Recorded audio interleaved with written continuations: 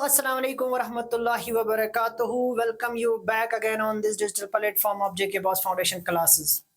तो आज हम यहाँ पर क्लास 8th हिस्ट्री टर्म 2 का सिलेबस स्टार्ट करने जा रहे हैं and it will be the first chapter of chapter number 5 which are going to be asked in the board exams.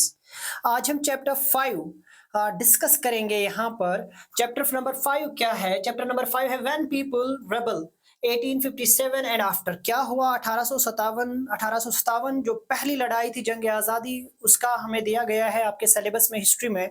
हम हिस्ट्री का सिलेबस, पॉलिटिकल साइंस का सिलेबस 1 by 1 डिस्कस करेंगे class 8 के लिए and stay with us and इंशाल्लाह ताला you will get your best marks.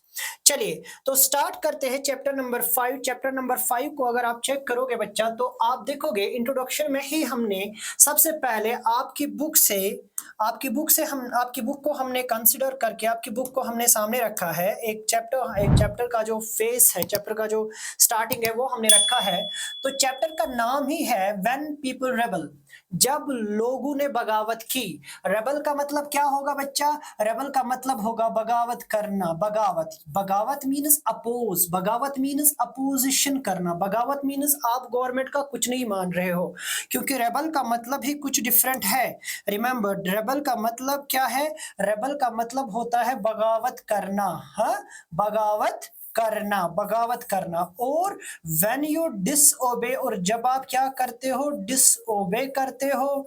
हाँ, जब आप डिसलाइक करते हो, डिसलाइक। और जब आप व्हेन यू क्रिएट क्राइसिस, जब आप क्राइसिस क्रिएट करते हो against the government, against the system. Whenever you oppose the system, remember, whenever you oppose the system, then we call the uprising rebel। और ये रेबल कब हुआ था? 1857 में सिस्टम के खिलाफ एक आवाज उठी थी। और ये सिस्टम किनका था? ये सिस्टम था ब्रिटिशर्स का। रिमेंबर, ये सिस्टम किनका था? ये तब ब्रिटिशर्स का नहीं था, तब था ये east India company, English east India company, 1857 में। उसी के खिलाफ लोग आ गए, ठीक है। और पॉलिसीज और people, nawab lose their power, we will discuss it all. और ये पिक्चर है, हाँ, क्या कर रहे हैं सिपाही और पीजेंट। सिपाही यानी सिपाही का बेसिकली मॉडिफाइड वर्जन है। ये जब एक जगह रिवॉल्ट करते हैं और ये रिवॉल्ट मेरठ से फिर आहिस्ता आहिस्ता सारे हिंदुस्तान में फैला। तो इसी को हम आज डिस्कस करेंगे। तो इंट्रोडक्शन में ही कहा गया है एक ऑपरेसिव। हाँ, क्योंकि ब्रिटिशर्स ने क्या किया था? ब्रिटिशर्स ने, नॉट से Britishers but east India company ने जो ऑपरेसिव मेजर्स लिए थे, जो एक कहेंगे ना सप्रेसिव मेजर्स लिए थे, either it was in form of taxation, either it was in form of हम क्या कहेंगे कि रिलीजन में मुदाखलत, interfere in religion, interfere in social, different in the social backgrounds. तो हमने वहां पर हम देखेंगे यार पॉलिसीज किस तरीके से लोगों को परेशान किया था, वो सारी चीजें हमने यहाँ पर देखने को मिले। The people of India specially those in the northern, और सबसे पहले ये नॉर्दर्न इंडिया को सहना पड़ा, साउदर्न इंडिया को नहीं सहना पड़ा। इसीलिए जो 1857 का जो बगावत थी वो हमें 1857 में सबसे पहले नॉर्दर्न इंडिया से देखने को मिली। और ये इनिशिएट जो रिवॉल्ट किया गया था ये कंपनी रूल के खिलाफ किया गया था। और 1857 तक कंपनी थी, क्योंकि इन्होंने 1601 में कंपनी ट्रेड करने के लिए इंडिया आई थी, कंपनी ट्रेड करने के लिए आई थी, बिजनेस करने के लिए आई थी। और इस चैप्टर में हम वो रीजंस देखेंगे 1857 में। Basically chapter will discuss the reasons, क्या वजूहत हुई और कैसे हुई और कंपनी ने क्या किया। यही इसी के इर्द गिर्द चैप्टर चलता है। और आप देखो मेजर माइनर क्या क्या हुआ, कैसे हुआ। हाँ, और ग्रेट वॉर ऑफ इंडिपेंडेंस भी था। It was the first major, it was the first war, it was the first step towards the nationalism in India, it was the first step towards the nation, towards the independence of India, the 1857। हाँ, इसमें ज्यादातर मुसलमानों को target किया गया था और मुसलमान ही फिर इसमें सबसे ज्यादा मुतासिर हुए। और ये 1857 में आप देखिए इसने कहा भी है, we will learn about the changes made by British after 1857। और हम लास्ट पर देखेंगे आफ्टर 1857 क्या किया गया 1857 के बाद। तो चलिए स्टार्ट करते हैं, लेट वी सी। अब जरा यहां पर सबसे बड़ी बात है कि जब हम इस चैप्टर को देखते हैं, जब हम इस चैप्टर को पढ़ते हैं तो हमें पता चलता है 1857 when we people are discussing, तो हमें पता चलता है, हमें 2-3 चीजें पता चलती है। वो क्या है?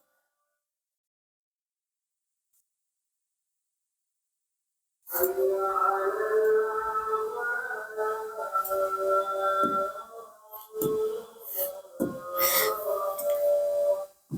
कम हम क्या देखते हैं 1857। जब हम 1857 देखते हैं तो 1857 क्यों हुआ, यानी हम बेटा कॉजेस देखते हैं, कॉजेस।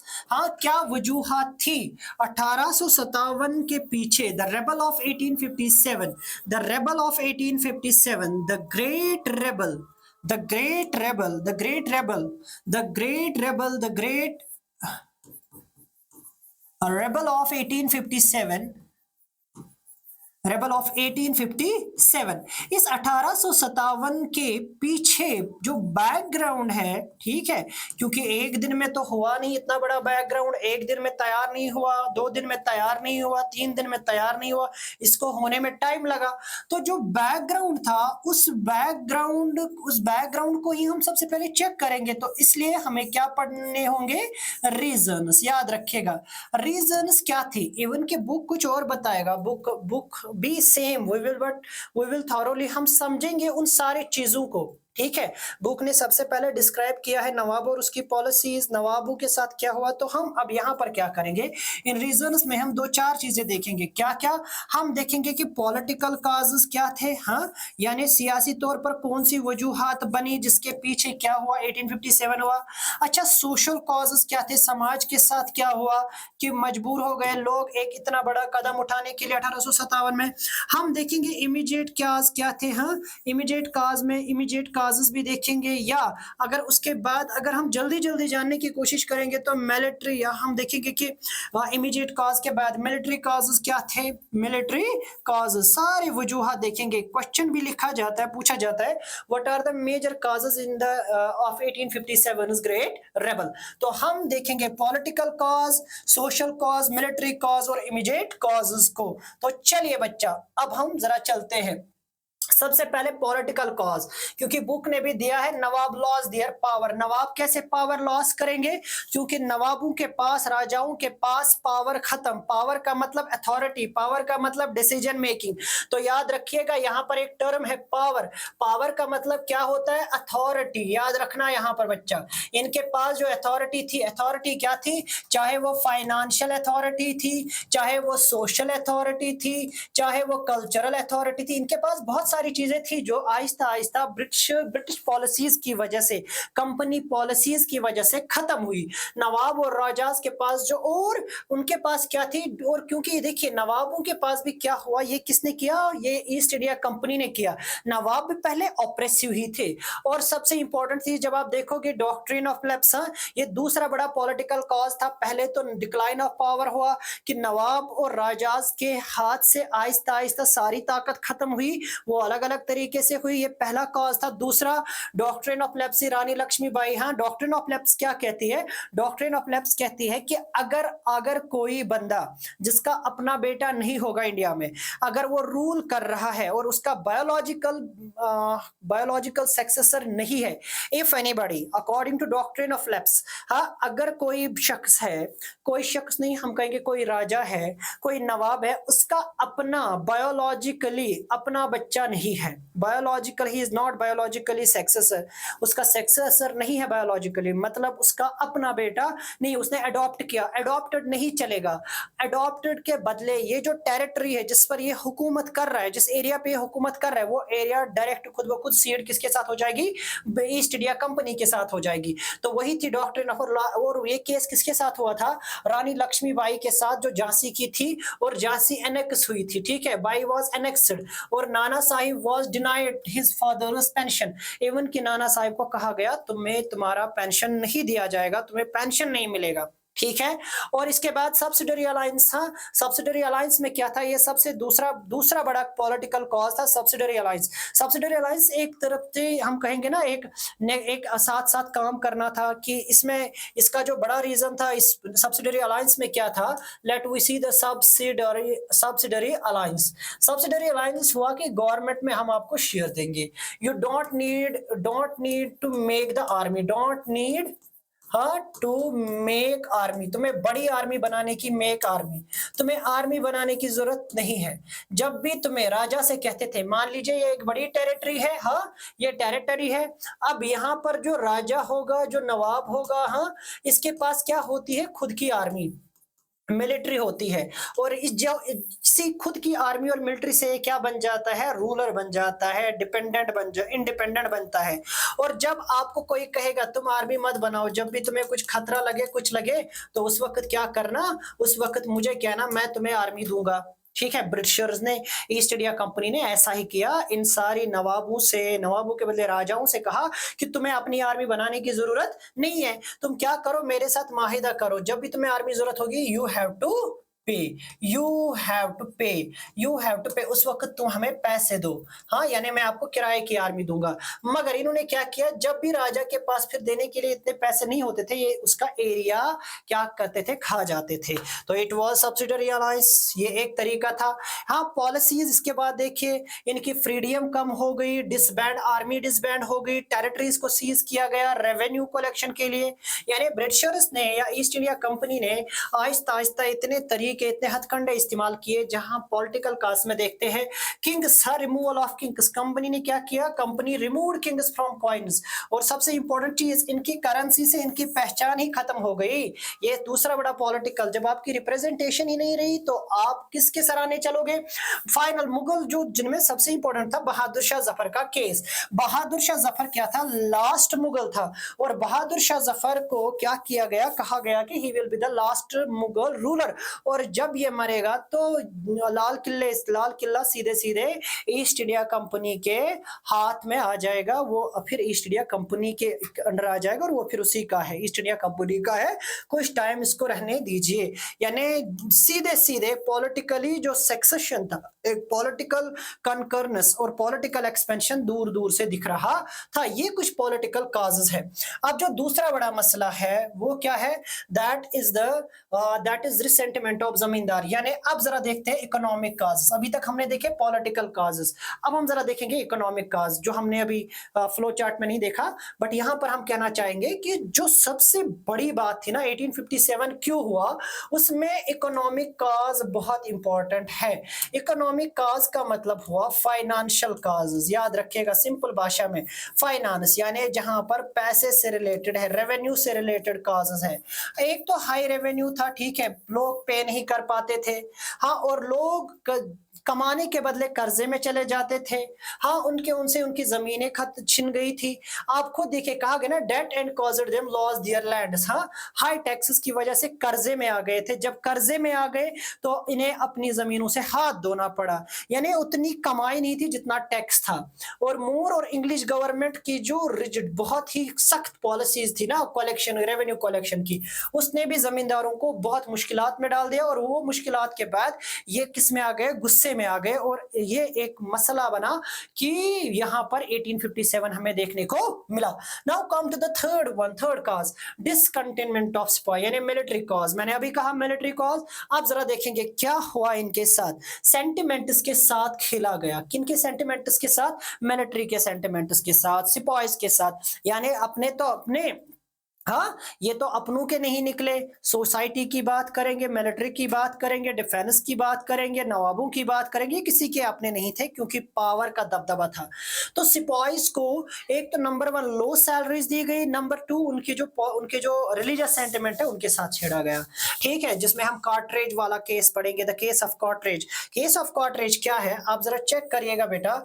एक नंबर 1 केस ऑफ कार्टरेज, जिसे ग्रीज्ड कार्टरेज वाला केस भी कहते हैं। The case of greased cartridge. Remember बेटा, greased cartridge system, greased cartridge क्या था? उस जमाने में आज की तरह गोलियां लोहे की नहीं आती थी। उसे हम कश्मीरी में बेटा कहते हैं छोटा छोटा सा मवाद, एक ऐसी एक जिसे हम कहेंगे बेटा एक थैले में भरी होती थी। हाँ, वो फिर बैरल यानी जो गन है,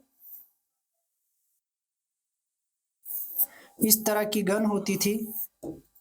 इसमें नलियों के जरिए डाली जाती थी। ये ठेली खोल कर दांतों से काटनी पड़ती थी और इसमें डालनी पड़ती थी। अब कहा गया ये जो कार्ट्रिज है, हाँ, ये जो कार्ट्रिज है, एक अफवाह फैली कि इसमें या तो पिग फैट है, कहा गया कि इसमें पिग फैट है मुसलमानों के यहाँ पर, और हिंदू जो थे उनको कहा गया कि इसमें क्या है, एक पूरी अफवाह फैली कि इसमें क्या है, हिंदू में क्या है, हिंदुओं को कहा गया कि इसमें काऊ फैट है, काऊ फैट, ठीक है, यानी इसके ऊपर जो लेयर है जिसका इसका कवर है। तो अब हिंदू धर्म में गाय का फैट गाय बहुत इंपॉर्टेंट चीज है, गाय की वहां पर बहुत ही रेस्पेक्ट की जाती है, और in Muslim pig is hated by Muslims, हाँ, उनके लिए हराम है और इनके लिए भी एक किस्म से कहेंगे हराम है। अब कैसे पॉसिबल है कि रिलीजियसली, क्योंकि इसमें ब्राह्मण भी थे, शूद्र भी थे, क्षत्रिय भी थे इस फौज में, कैसे कोई अब दांत से काटेगा और इसमें डालेगा, तो उसका तो मजहब भ्रष्ट हो जाएगा। तो ये एक बड़ी कंट्रोवर्सी बनी केस, हाँ, cartridge the greased cartridge, the case of cartridge, the greased cartridge case, और लोगों ने सीधे सीधे, और फौज ने सीधे सीधे नकार कर दिया कि हम पहले 2, फिर 5, फिर 10, फिर 85, फिर पूरी पूरी मिलिट्री जो हम कहेंगे एक बटालियन है, उनको 10 साल की सजा दी गई, ठीक है। वो भी एक वजह बनी कि यहाँ पर क्या किया गया, यहाँ पर ग्रीज्ड कार्ट्रिज, केस ऑफ ग्रीज्ड कार्ट्रिज, कि इनके रिलीजियस सेंटिमेंट्स के साथ खेला गया। और सबसे इंपॉर्टेंट चीज आप देखिए, दे वी आर अनहैप्पी अबाउट, और कंडीशन सर्विस भी बड़ी बुरी हालात में थी। इवन इन्होंने कहा फॉर एग्जांपल कंपलसरी रूल, और यहाँ पर एक नया रूल निकाला गया कि आपको अब्रॉड सी रूट है, आपको अब्रॉड सी रूट और स्ट्रिक्ट मिलिट्री डिसिप्लिन फॉलो करना होगा, आपको अब्रॉड सर्विसेज देनी होगी। यानी बहुत ही खतरनाक सर्विस, बहुत ही खतरनाक जिसे हम कहेंगे ना, इन्होंने क्या उठाए, हार्ड स्टेप्स उठाए, जिसकी वजह से मिलिट्री क्राइसिस भी हमें इन्हें देखनी पड़ी। नाउ नेक्स्ट थिंग जो इन्हें, और क्या था, सोशल कॉज, अभी तक पॉलिटिकल कॉज, इकोनॉमिक कॉज, हाँ, उसके बाद आप देखिए military cause, and now the social cause, समाज को कैसे कैसे इन्होंने रुलवाया।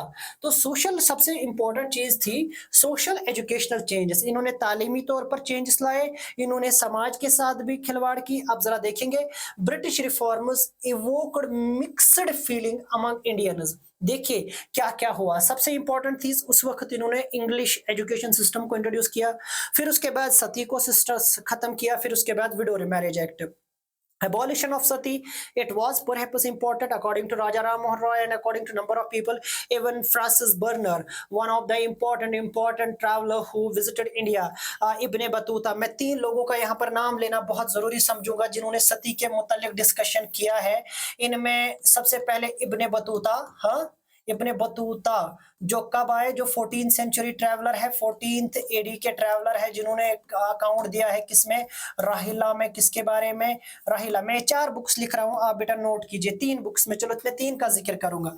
3 बड़े इंपॉर्टेंट जो ट्रैवलर्स है जिनकी किताबें पढ़ी जाती है अक्रॉस द वर्ल्ड, ट्रैवलर्स, ठीक है। ये 3 बड़े इंपॉर्टेंट है, 12th में भी इनका पढ़ना पड़ता है, ठीक, ये बहुत इंपॉर्टेंट है। नंबर 1 सबसे पहले हमें देखने को मिलेंगे एक मशहूर और मारूफ, ठीक, सबसे पहले कौन मिलेंगे, हमें मिलेंगे इनसे पहले हमें मिलेगा अल बिरूनी, अल बिरूनी, यानी जिसे हम दूसरी भाषा में कहेंगे अल बिरूनी, अल बिरूनी।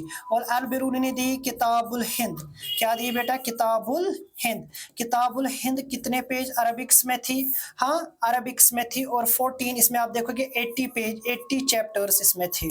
और इसमें भी आपको सती सिस्टम, स्लेवरी और कास्टिज्म के मुतालिक यही सबसे इंपॉर्टेंट बुक मानी जाती है, जिन्होंने इन 4 चीजों को डिस्कस किया। किस किस को, स्लेवरी को डिस्कस किया, ठीक है, फिर उसके बाद कास्ट को डिस्कस किया, कास्ट के बाद इन्होंने स्लेवरी, कास्ट एंड सती, ठीक। उसके बाद हमारे पास आते हैं Ibn Battuta, Ibn Battuta, Ibn Battuta is another important name.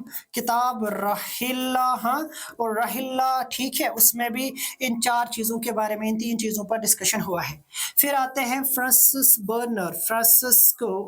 Burner, burner भी बेटा ये कब आए, इब्ने बतूता 14th सेंचुरी में आए, ठीक है, 14th एडी में, और ये मोहतरम कब आए थे, ये आए थे 11वीं एडी में, ठीक।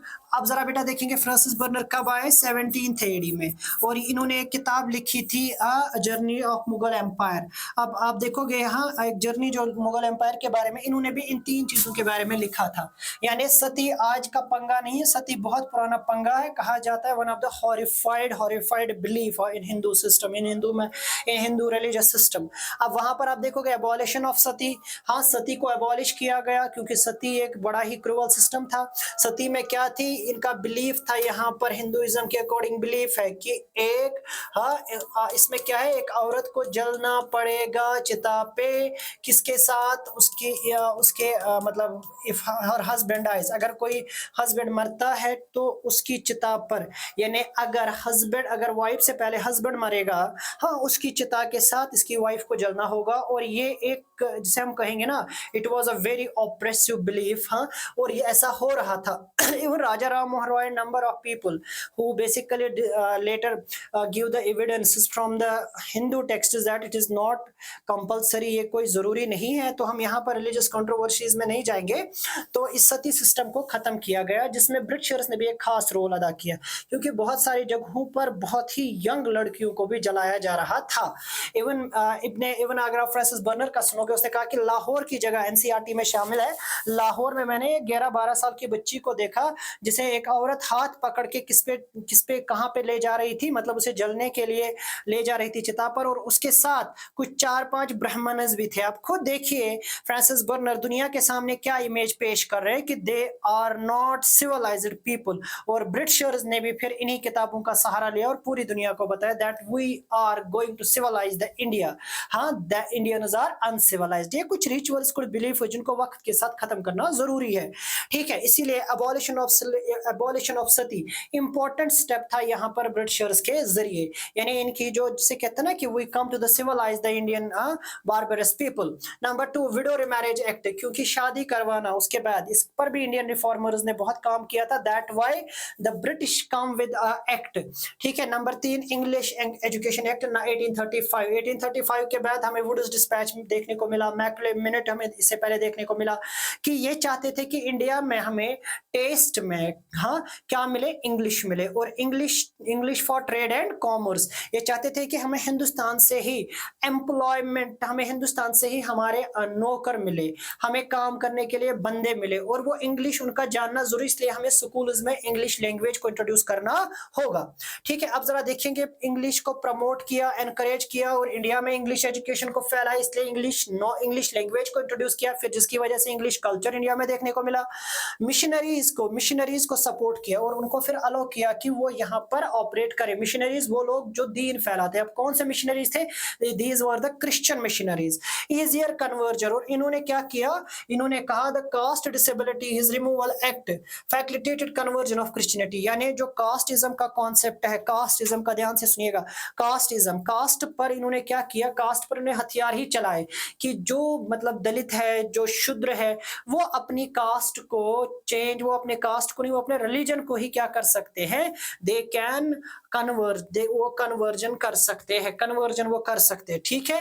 वो भी इन्होंने किया, यानी सीधे सीधे इन्होंने किस में इंटरफेयर किया, they interfere in the religion and it was directly attack to the society of India. That why we say the social cause was another important change that we seen in the शाबाश age of what, the age of especially 19th century, the mid 19th century witness all that things।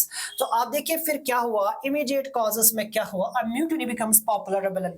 एक जो सबसे बड़ी बात थी, जो mutiny, जो बगावत हमें देखने को मिली, फौज के जरिए हमें बगावत देखने को मिली मेरठ से, ठीक है। और इसमें हमने अभी कहा ना, Enfield rifle become a significant factor, और सबसे इंपॉर्टेंट मैंने अभी कहा इनफील्ड राइफल, जो मैंने अभी कहा ग्रीज्ड कार्ट्रिज, ये एक बड़ी वजह बनी, ठीक है। जो पहले क्या थे, पहले के मुकाबले एक नई गन को इंट्रोड्यूस किया गया, ठीक है, एक नए गन को इंट्रोड्यूस किया गया, ठीक। और उसमें क्या करना था, यहां से आप देखोगे मवाद बनना था, ठीक है, फिर वो फायर करेगी, और ये एक बड़ी वजह बनी। The rebellion is known as the sepoy. इस रेबेलियन को 1857 की रेबेलियन को क्या कहा जाता है, सिपॉय म्यूटनी भी कहा जाता है।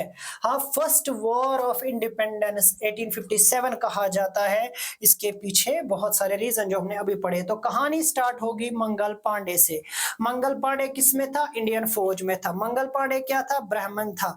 मंगल पांडे ने क्या किया? एक ऑफिसर पर हमला किया जिसकी वजह से इसे सजाए मौत दी गई।